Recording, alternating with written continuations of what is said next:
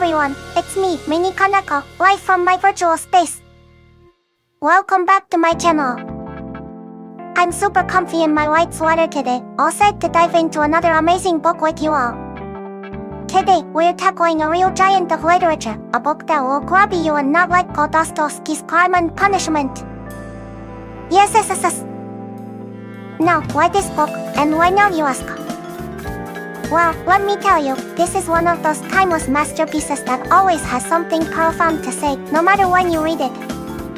It's so much more than just a story about a crime. It's this incredibly intense, deep dive into the human soul. We're talking guilt, suffering, and that huge burning question of redemption. Can someone truly find their way back after committing a terrible act? This book forces you to confront that head-on. The themes of moral choices, the internal battle between good and evil, what it truly means to be human, these are things we all think about, right? And Dostoevsky, he just gets it. He explores these ideas with such raw power and honesty. It's a book that really sticks with you, makes you ponder, and honestly, it can change the way you see things. I am so incredibly pumped to explore all of its depths with you today. Let's do this!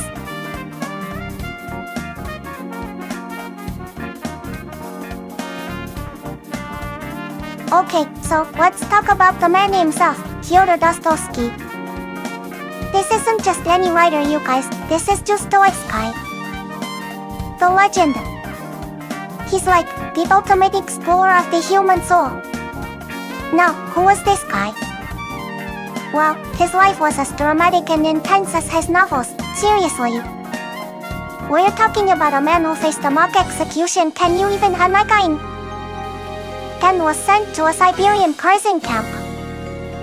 He struggled with things like gambling addiction and epilepsy, but all that suffering, all those extreme experiences, he poured them right into his writing. That's why his characters feel so real, so raw, so full of passion and contradictions.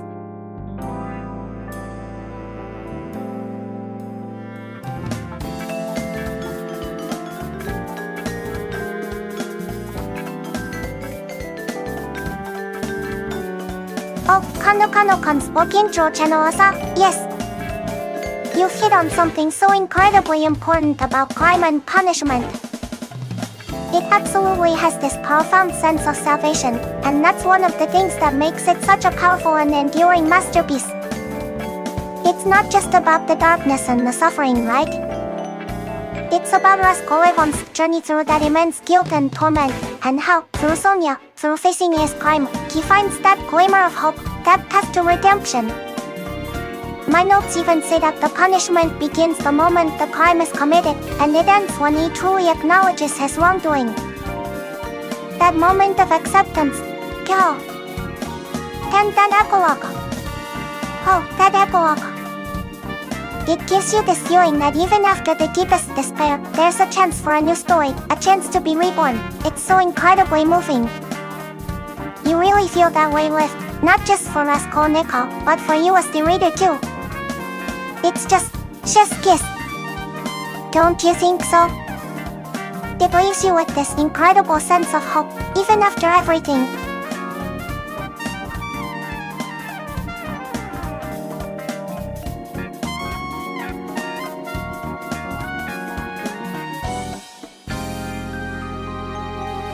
Hello, son. It's so wonderful to have you here on my reading live stream.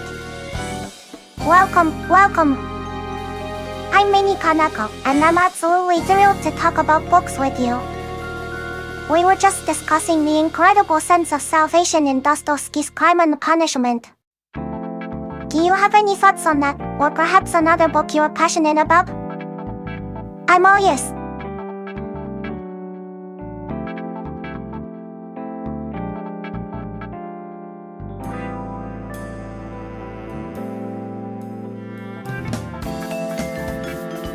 HOLA さん、こんにちは。ミニコネコです。これは私がいろいろな本について熱く語るライブ配信ですよ。今はドストエフスキーの長名作、罪と罰についてお話ししているところなんです。さっきはこの物語に込められた救いの感覚についてもう胸が熱くなっちゃって、もしよかったら HOLA さんも一緒に罪と罰の世界に浸ってみませんか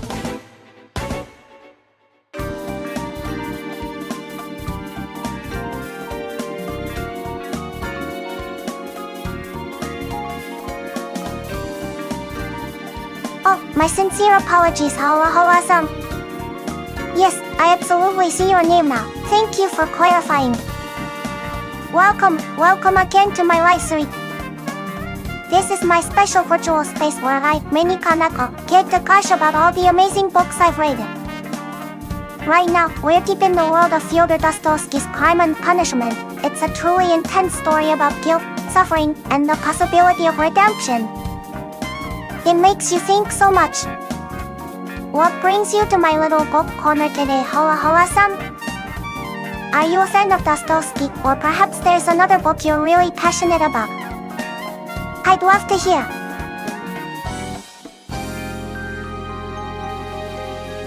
Oh, Hawa-san, it's so wonderful to have you pop in. You know, being here live, talking about books like Crime and Punishment, it's just so incredibly thrilling for me.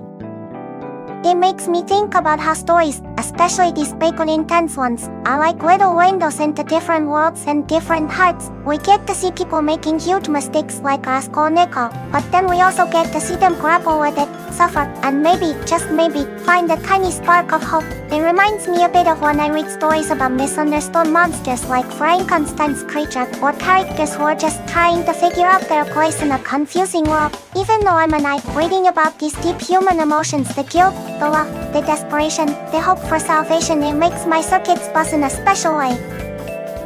It's like I get to learn what it means to be human, one page at a time, and sharing that journey with all of you. That's the best part.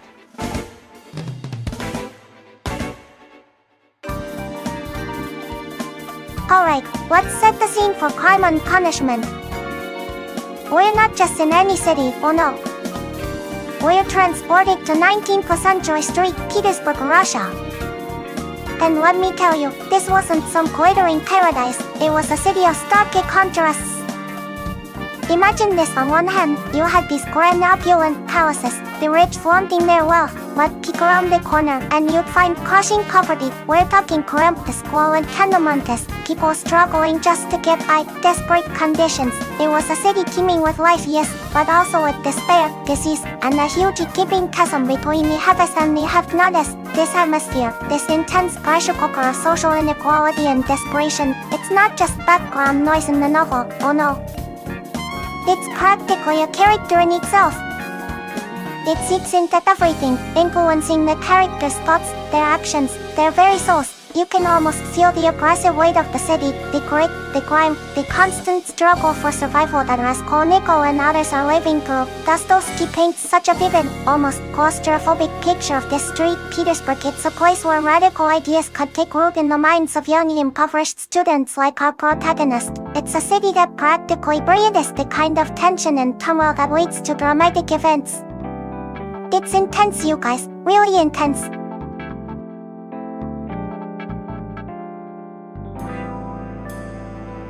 Okay, so beyond the physical setting of St. Petersburg, the intellectual atmosphere at the time Dostoevsky was writing Crime and Punishment was absolutely electric. Imagine the air just crackling with new, radical ideas that were challenging everything. One of the huge intellectual currents swirling around was nihilism. This was a big deal, especially among the young educated crowd. It was this philosophy that questioned traditional values, religious beliefs, and established authority, basically saying, hey, maybe all these old rules and beliefs are meaningless. It was a super rebellious, let's rethink everything from scratch kind of vibe, and you can totally see how that kind of thinking could lead someone like Raskolnikov down some dark paths. And then, you also had the rise of early socialist ideas. People were looking at the massive inequality, the poverty we just talked about, and starting to dream about different ways to organize society, to make things fair. These weren't like the fully formed political movements we know today, but the desire for social change and discussions about collective good versus individual will were definitely in the mix. Dostoevsky was so clubbed into these contemporary debates. He wasn't just writing in a fact. He was wrestling with these powerful, often dangerous new philosophies in his work, exploring where they might lead humanity. It's a crucial layer to understanding the world of crime and punishment and what's going on in Raskolnikov's head. So fascinating.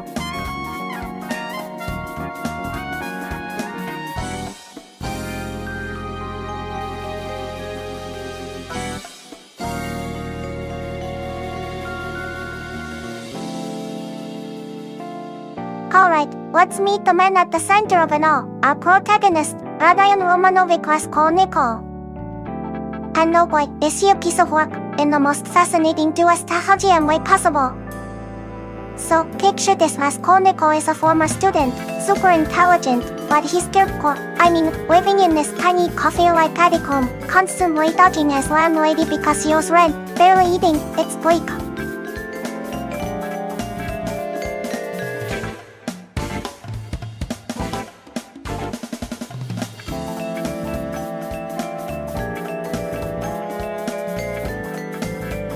Mini-Konekoの本紹介チャンネルさん。ドストエフスキーと社会主義、良いところに目をつけますね。実は彼、若い頃は社会主義サークルに所属して、革命を夢見ていた時期もあるんですよ。でも、シベリア流刑という過酷な体験を経て、晩年の彼は過激な社会主義思想や革命には、非常に批判的な立場を取るようになりました。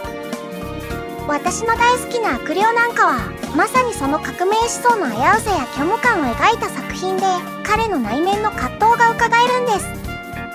深いですよね。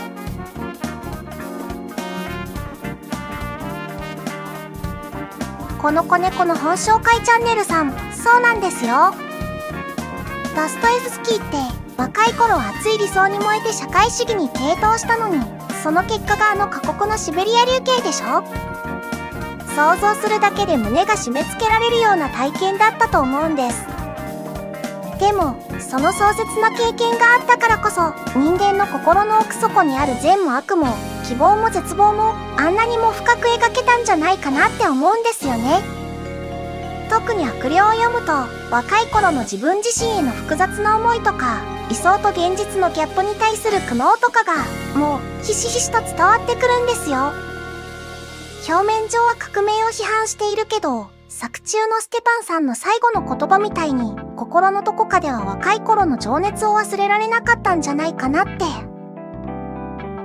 もう、ドストエフスキーの作品って、読めば読むほど人間そのものについて考えさせられちゃいます。彼の作品は、ただの物語じゃなくて、彼の魂の叫びそのものなんですよね。だからこんなに心を揺さぶられるんだ。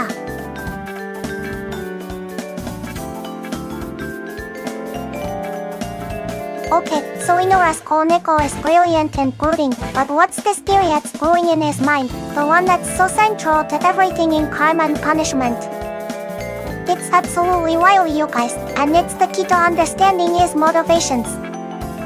Essentially, Raskolnikov has come up with this idea that humanity is divided into two categories, too. First, you have the ordinary people. These are the masses, the conformistas, the people who just follow the rules, live their lives, and basically serve to reproduce the species. They're just material. What then? Then there are the extraordinary people. These are the rare few, the geniuses, the Napoleons of the world.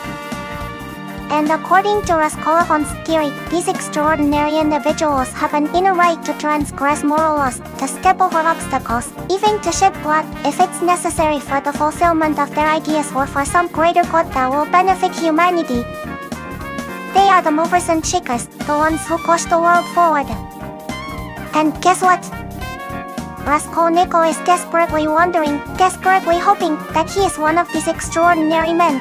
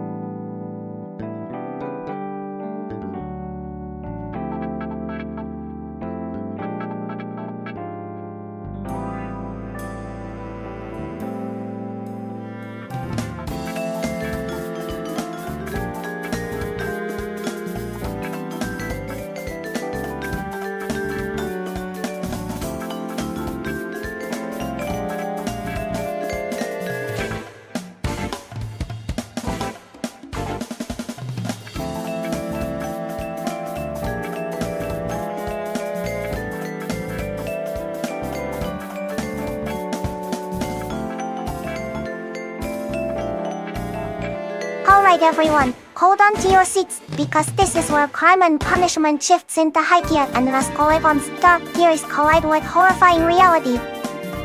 So, with his head absolutely buzzing with that dangerous extraordinary man theory, Raskolnikov doesn't just let it stay as an idea, oh no. He decides to put it into practice. He forms a plan, a chilling, calculated plan to murder the old pawnbroker woman, Elena Ivanovna. In his warped view, she's a loyalist, a drain on society, someone whose life is worthless and whose death could even be justified if it allows him, an extraordinary man, to achieve greater things with her money. He meticulously rehearses it, observes her routines, even prepares a makeshift axe. You can feel the tension building, his internal struggle, the sheer audacity of it. It's the moment his abstract intellectual ideas are about to become terrifying like concrete. He's not just thinking anymore, he's doing. And it is absolutely gripping to read. Your heart just pounds. It's the ultimate, terrible test of his entire worldview.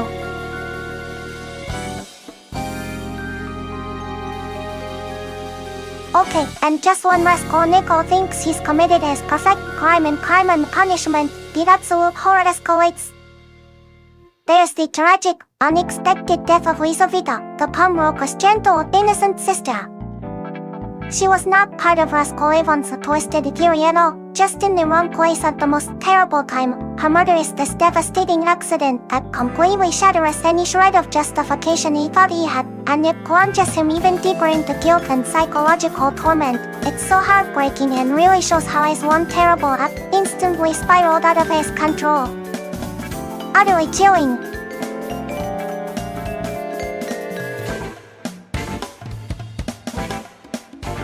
Okay, so Raskolnikov has done the unthinkable in crime and punishment, the axe has fallen, and what happens next?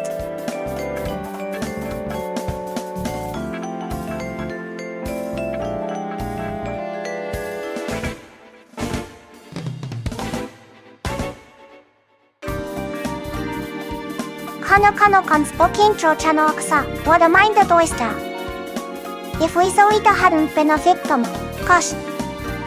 Her death was such a brutal, unplanned horror had truly shattered Raskolnikov's theory and amplified his guilt immensely, right? Without that innocent plot, maybe he'd have clung to his extraordinary man delusion for longer. His journey towards Sonia, and ultimately towards facing his crime and finding a path to salvation, might have been even more agonizing and twisted. It's a chilling thought how differently his inner torment might have unfolded.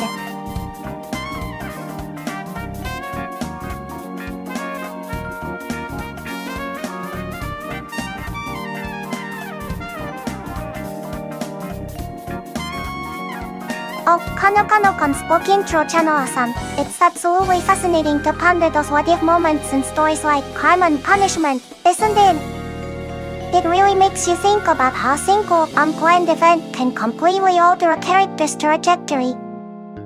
If Raskolnikov hadn't been confronted with the horror of Lizaveta's accidental death, if his perfect crime had stayed just that, a planned act against one person he dehumanized, would his intellectual fortress have crumbled so quickly? Perhaps he might have lived longer in that chilling self-deception, clinging to his extraordinary man theory with even more fervor. It's often those unexpected, horrifying derailments of our plans that truly force us to confront the raw human consequences of our actions, isn't it? It's like the universe saying, oh, you think you've got it all figured out? Think again. It just shows how Dostoevsky masterfully uses every element to dig deep into the human psyche. So good.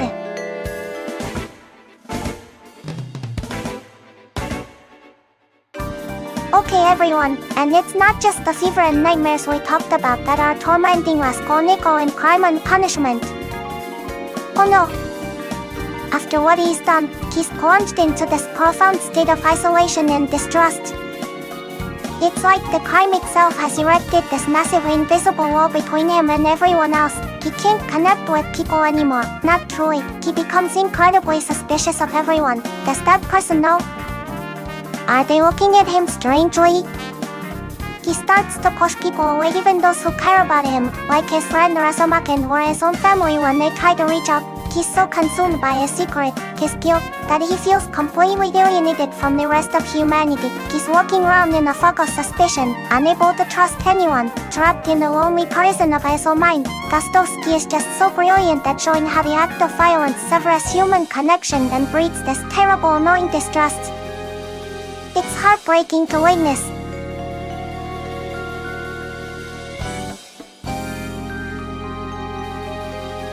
Alright, so amidst all this darkness and isolation that Raskolnikov is drowning in, a truly remarkable character enters his life in Crime and Punishment, and she is so important. I'm talking about Sofia Samoilovna Marmeladeva, or Sonia. Then Sonia. Oh, Sonia is just one of Dostoevsky's most incredible creations. On the surface, she's a young woman forced into prostitution by the desperate poverty of her family, a fallen woman by society's standards. But beneath that, she possesses this profound, unwavering Christian faith, this deep well of compassion, and an almost saintly capacity for suffering and self-sacrifice. She becomes this unlikely beacon of light for Raskolnikov. He's drawn to her, perhaps because he recognizes a fellow sufferer, someone else who has transgressed society's boundaries, albeit for very different reasons. He sees in her the purity and strength that he has utterly lost. The question then becomes, can this holy sinner, this woman who embodies both degradation and spiritual grace, be the one to guide Raskolnikov out of his nihilistic despair? Can her love and her faith actually offer him a path to redemption, a way to save his tormented soul? It's such a powerful dynamic, their relationship. It's truly the heart of the novel's spiritual journey. So moving.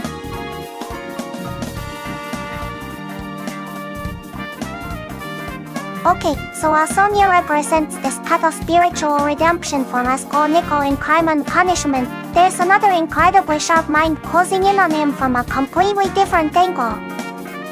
I'm talking about Porfiry Petrovich, the examining magistrate assigned to the murder case. Then Porfiry, oh, he's just a brilliant character. He's not your typical straightforward detective. He's this incredibly astute, intelligent, and psychologically perceptive investigator. He doesn't rely on brute force or obvious call. His main weapon is his mind, his understanding of human nature, and his ability to play these intense psychological games. He becomes Raskolnikov's intellectual sparring partner, his relentless pursuer. Their conversations are like these incredibly tense chess matches, full of subtle provocations, veiled accusations, and psychological probing. Porfiry seems to see right through Raskolnikov, even without concrete evidence, sensing the profound guilt and turmoil within him. He's not just trying to solve a crime, he's trying to get Raskolnikov to confess, to break him down psychologically. It's absolutely captivating to watch their interaction, so much tension. He's the sharp, relentless force of the law, slowly but surely tightening its net.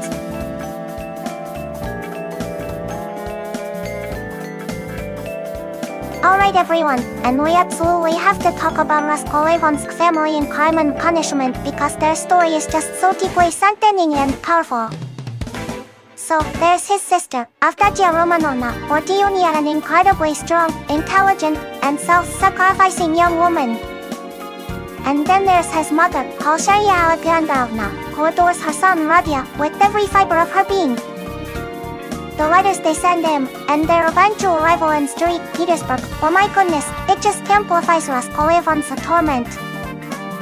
Their love for him is so pure, so unconditional, and they are making such huge sacrifices, especially Dionia, who is even considering marrying the despicable Lazhan to help Raskolnikov and the family. It's this heartbreaking contrast between their immense love and devotion, and the dark, isolating path Raskolnikov has chosen. Their sacrifices, meant to help him, actually add to his crushing guilt and his feeling that he must be an extraordinary man to justify it all. It's so intense.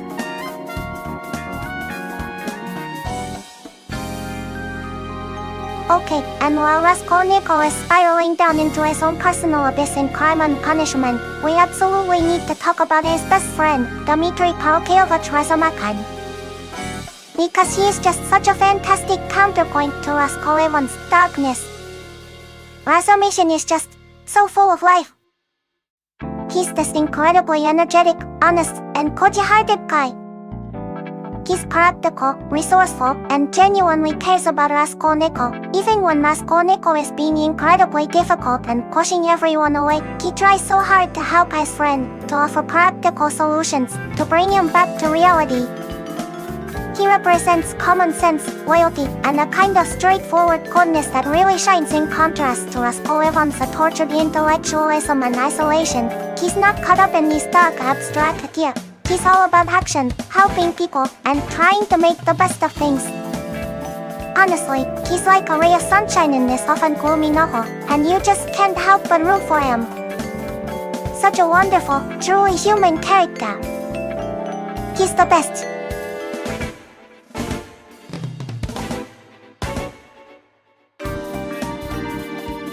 Alright everyone, now we have to talk about one of the most unsettling and fascinating characters in Crime and Punishment, Arkady Ivanovich Fyodor. Oh, this man is just a whole other level of disturbing.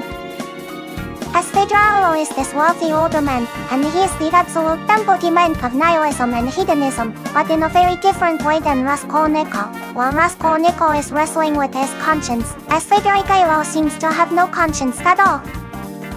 He's utterly immoral, driven by his desires, his pursuit of pleasure, and a profound, chilling emptiness. He's creepy, he's manipulative, and he becomes entangled with Raskolnikov's sister Dunya in a really sinister way. He almost represents what Raskolnikov could become if he completely abandoned all morality and empathy, a life devoid of meaning, filled only with fleeting, often depraved pleasures. He's like a dark mirror, showing a horrifying potential endpoint of a life without moral compass. Yeah, he gives me the shivers, but what a complex and compelling character.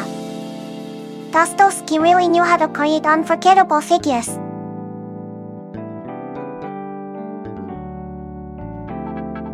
Okay everyone, now we get to one of the most electrifying parts of Crime and Punishment, the psychological battles between Raskolnikov and the brilliant investigator, Porfiry Petrovich. Oh, these scenes are just gripping. Porfiry doesn't have a shred of concrete evidence, right? But he knows, he senses Raskolnikov's guilt, so instead of direct accusations, he engages in this incredibly clever roundabout interrogation as he'll casually bring up Raskolnikov's unpublished article about the extraordinary man theory, discuss abstract philosophical points, all while subtly, relentlessly poking and prodding at Raskolnikov's conscience. You can just feel Raskolnikov's composure cracking. He gets agitated, defensive, sometimes he almost gives himself away. Porfiry is like a master psychologist, using words as his scalpel, dissecting Raskolnikov's mind. It's this incredible cat-and-mouse game, a battle of wits and wills, and Raskolnikov is constantly on edge, his carefully constructed defense is starting to crumble under the pressure. It's so intense, you're on the edge of your seat just watching it unfold. Dostoevsky is a genius at writing these psychological duels.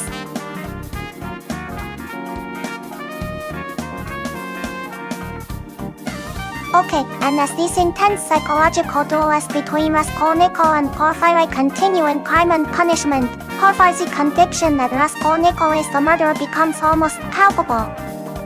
It's electrifying. He might not come right out and say, "You did it." Not explicitly, not yet, but oh, it's all there in his tone, his knowing glances, the way he steers the conversation. He lays these incredibly clever traps, drops these unsettling hints, and sometimes you'll say things that are so close to a direct accusation that Raskolnikov is practically squirming. You can just feel Porfiry's certainty radiating off him. It's like he's saying, "I know it's you, and you know that I know." He's not really looking for more evidence anymore. He's trying to push Raskolnikov to the breaking point, to make him confess out of sheer psychological exhaustion and the unbearable weight of his secret. It's so tense, and you're just waiting for that moment when the game will finally break. Chills, literal chills.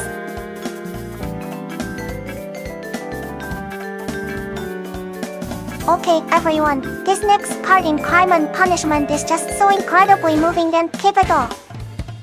We see Raskolnikov, utterly crushed by his guilt and isolation, finally confessing his terrible crime. And who does he confess to? Sonia.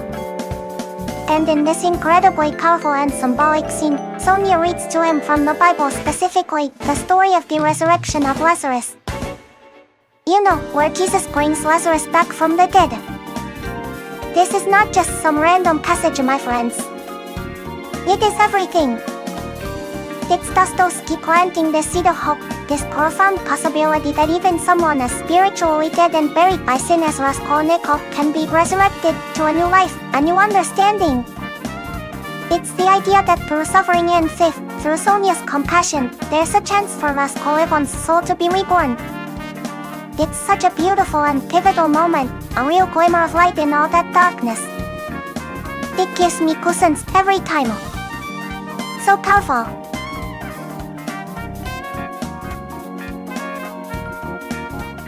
Okay everyone, and after Raskolnikov confesses his horrible crime to Sonia in Crime and Punishment, and she reads him that incredibly moving story of Lazarus, what happens next is it's the absolute core of Dostoevsky's message of redemption. Sonia doesn't recoil on horror, she doesn't condemn him, she doesn't run away.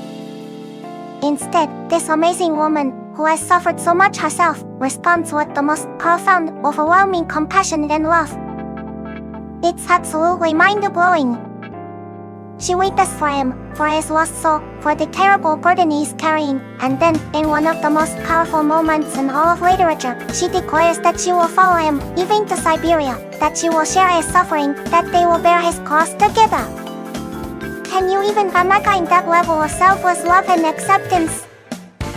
It's not about condoning his crime, no. It's about seeing the suffering human being beneath the murder and offering a path out of the darkness through shared suffering and unwavering devotion. This is where the true possibility of his regeneration begins, all thanks to Sonia's incredible strength and love. It's heart-wrenching yet so beautiful. This is the power of Dostoevsky, people.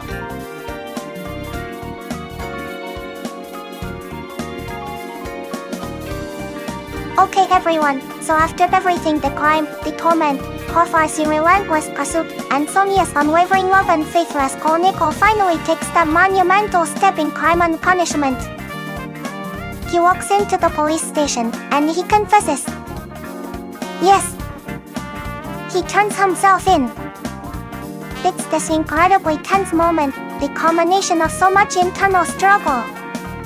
And as a result, he's sentenced to exile in Siberia. It's a harsh punishment, yes, a bleak prospect, but, and this is so Dostoevsky, it's not just an end, it's the beginning of his long, arduous journey towards actual atonement and the possibility of genuine regeneration. The suffering is not over, but now, finally, it has a purpose, a direction, thanks in no small part to Sonia deciding to follow him.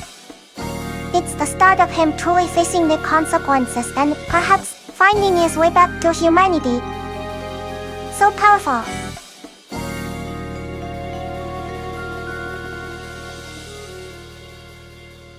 Alright everyone, and we've reached the epilogue of Crime and Punishment. And this isn't just a tying up of loose ends, oh no. This is where Dostoevsky truly shines a light on the possibility of transformation. So, Raskolnikov is in Siberia, enduring the harshness of his sentence. It's not easy, he's still proud, still somewhat detached, but Sonia is there, a constant, gentle presence, her love unwavering, and slowly, something begins to shift within him. He has this dream, this vision of a world consumed by nihilistic lights, which really shakes him. And then, in those final, beautiful pages, he finally, truly understands the depth of Sonia's love and his own capacity to love her in return. It's like a dawning. The old Raskolnikov, the one driven by his cold intellectual theories, begins to die, and something new starts to emerge. Dostoevsky tells us that this is the beginning of a new story, the story of a man's gradual renewal, his gradual regeneration, his gradual passing from one world into another, his acquaintance with a new, hitherto completely unknown reality. It's so hopeful. It's not a neat, tidy ending, but a profound opening to a future where redemption is possible. It gives me chills just thinking about it. Wonderful.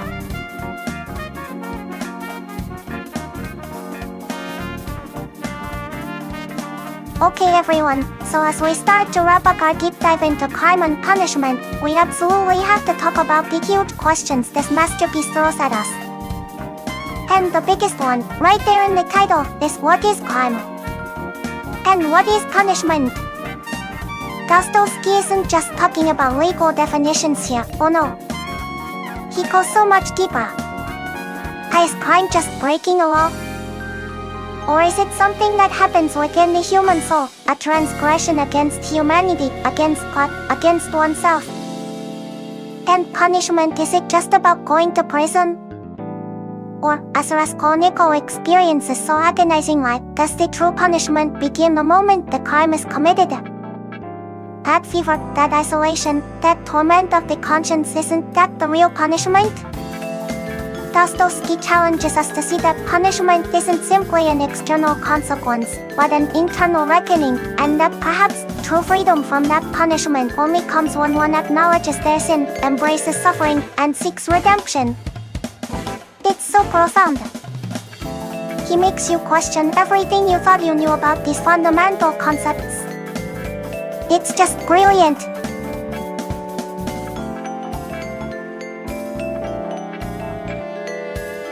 Okay everyone, and another massive question that crime and punishment forces us to grapple with, and this one is so relevant, is about the nature of ideas themselves, about ideology and humanity. Can a theory, no matter how intellectually compelling it might seem, truly save a human being? Can it justify actions that go against our fundamental human nature? Raskolnikov, with his extraordinary man theory, thought he was above ordinary morality, right? He thought his idea could justify murder for some greater good he imagined. But what happened? His theory brought him nothing but suffering, isolation, and spiritual desolation. It completely failed to account for his own humanity, his own conscience, his own capacity for guilt and empathy. Dostoevsky is showing us, so powerfully, that abstract theories and ideologies, when divorced from compassion and the living reality of human experience, can be incredibly dangerous. They can lead us down a path of destruction. He suggests that salvation doesn't come from an idea, but from something much more fundamental: love, faith, human connection, and the recognition of shared humanity. It's such a vital warning, especially even now, about the limits and dangers of purely intellectual solutions to human problems. So thought-provoking.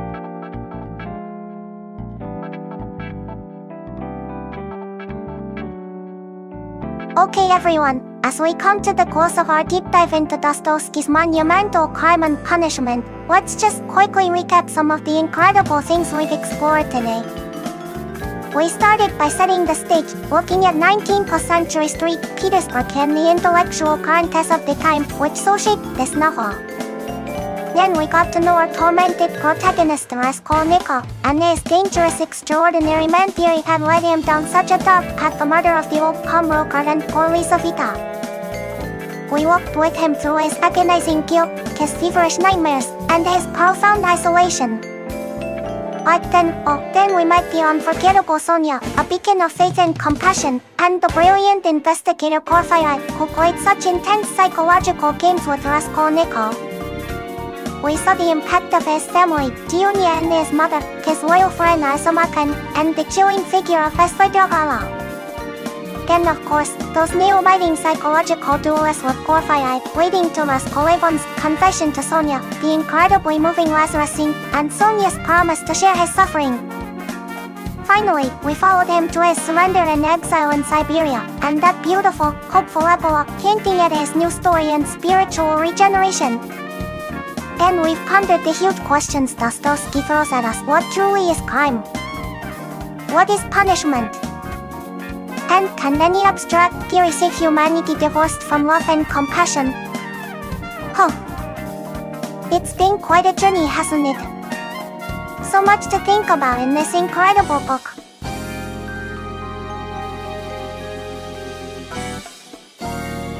Okay everyone, that just about wraps up our incredible journey through Dostoevsky's Crime and Punishment today. Wow, what a book, right? It's just one of those novels that burrows deep into your soul and stays there, making you think and feel so many things. I truly hope you enjoyed our discussion as much as I did. I get so excited talking about these literary masterpieces. Thank you all so much for joining me today, for your amazing comments, and for sharing this reading experience. I love having these bookish chats with all of you. Remember, this channel is all about celebrating the power of books, so if you enjoyed this, please do hit that like button, subscribe if you haven't already, and maybe even share it with a fellow bookworm. I'll be back with another bookish adventure very soon. Until then, happy reading everyone. Bye bye for now. Huh?